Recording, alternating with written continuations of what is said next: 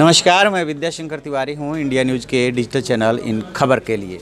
और हम बात करेंगे आज रेलवे की ग्रुप डी भर्ती परीक्षा को लेकर के। अभी तक आपने 100 नंबर्स का कोई पेपर दिया होगा तो उसमें सामान्य तौर पे जो नंबर्स आते हैं वो 99 आउट ऑफ 100 भी आ सकते हैं, मैथ फिजिक्स केमिस्ट्री वगैरह वगैरह में आते हैं। लेकिन यदि आपको किसी प्रतियोगी परीक्षा में 100 नंबर में यदि 354 नंबर मिल जाए या 148 नंबर मिल जाए तो स्वाभाविक है कि ताज्जुब होगा कि ऐसे कैसे हो सकता है। लेकिन ये इंडिया है, यहाँ पे कुछ भी हो सकता है।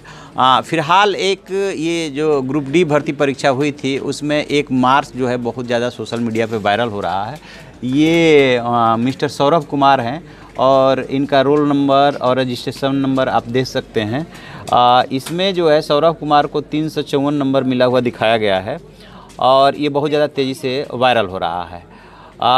अभी इसको लेकर के जब ये वायरल हुआ तो मिनिस्ट्री ऑफ रेलवे ने इस पे स्पष्टीकरण जारी किया और ये बताया कि जो भी ये वायरल हो रहा है वो मॉफ्ड है और एक्चुअल में जो इनको नंबर मिला है नॉर्मलाइज्ड मार्क्स जो इसको बोल रहे हैं ये 92.50142। तो इन्होंने इसको लेकर के तो अपना स्पष्टीकरण दे दिया कि ये हकीकत है, बट अब हकीकत इससे कुछ अलग भी है। अब यदि सौरभ कुमार की बात को छोड़ दिया जाए कि ये मॉफ्ड है, इसमें छेड़छाड़ किया गया फिर वैसा बनाया गया, तो अब देखिए उसके जस्ट नीचे जो है एक और आपको नंबर मिलेगा। इसमें भी देखिए कैसे किया गया है, इसमें भी सौरभ कुमार ही शो कर रहा है, इसमें 148 नंबर दिखाया गया है और ऐसे ही और बहुत सारे आपको मिल जाएंगे जिसमें कि दिखाया जा रहा है कि इतने मार्क्स मिले जैसे। लेकिन देखिए ये चंडीगढ़ से है किसी का केशव सिंह का, इनको मिला है 204 नंबर। तो अब यहाँ पे ताजुब वाली बात होती है कि 204 आउट ऑफ 100 कैसे मिल सकता है। तो मैं इसी पे बातचीत करना चाहता हूँ कि कैसे हो सकता है। मतलब हर एग्ज़ाम को ये नहीं कहा जा सकता कि ऐसा नहीं हो सकता।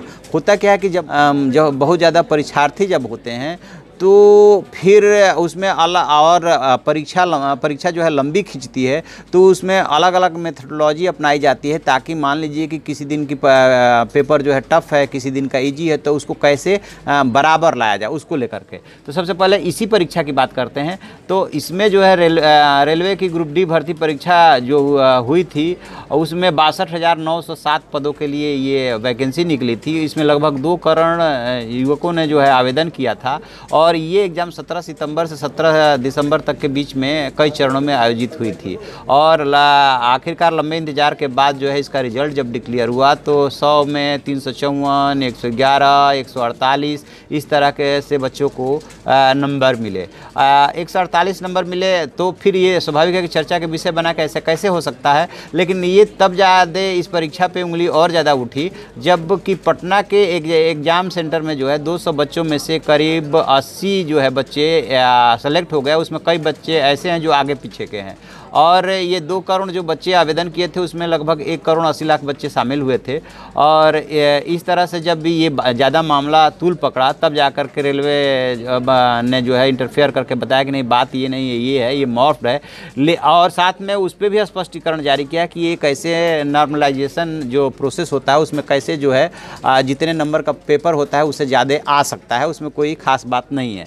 तो इनका रिजल्ट कितना एक्यूरेट है, इसमें धांधली हुई कि नहीं हुई, इसके बारे में हम कोई टिप्पणी नहीं कर रहे हैं। मे बी कि धांधली हुई हो, मे बी कि नहीं हुई हो, लेकिन नॉर्मलाइजेशन प्रोसेस क्या होता है इसको बताने की कोशिश करेंगे। कैसे 100 में से 100 में से आपको 148 और 124 पर नंबर मिल सकते हैं वो बताने की मैं कोशिश कर रहा हूँ।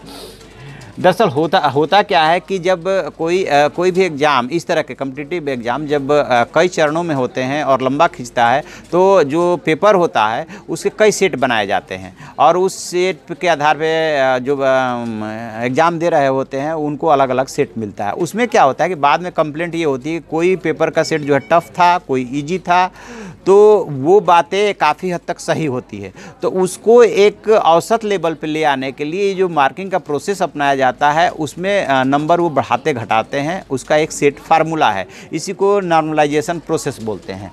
तो यही जो है रेलवे ने इसमें अप्लाई किया है और फिर जो है उसको लेकर के जो नॉर्मलाइजेशन प्रोसेस है उसको लेकर के फिर ये उंगली उठ रही है कि किसी को ज़्यादा नंबर मिला, किसी को कम नंबर मिला, ये शिकायत लोगों को है। और ये समझने वाली बात ये है कि आखिरकार ये बाढ़ सी क्यों आई हुई है कि इतने इतने नंबर लोगों को मिले और इसमें धांधलेबाजी हुई है, किसी को 204 मिल रहा है, किसी को कुछ, किसी को कुछ। तो ये पूरी स्थिति है इस खबर की और इस वायरल वीडियो सच का। लेकिन अब जैसे ये देखिए जो पटना का वो सेंटर दिखाया जा रहा है, इसके बारे में भी हम नहीं कुछ कह रहे हैं कि ये सही है ये गलत है, लेकिन ये लगातार बच्चे पास हुए हैं, इसको लेकर के उंगली उठ रही है। इस पर अभी रेलवे ने क्लियर कट कोई जवाब नहीं दिया है। और सामान्य तौर पे आपने ये भी सुना होगा कि रेलवे भर्ती बोर्ड की जो परीक्षाएं होती है या और कॉम्पिटिटिव एग्जाम होते हैं उसमें आए दिन एक खुलासा होता रहता है कि धांधलेबाजी हुई, मार्किंग में धांधलेबाजी हुई, एग्जामिनेशन में धांधलेबाजी हुई।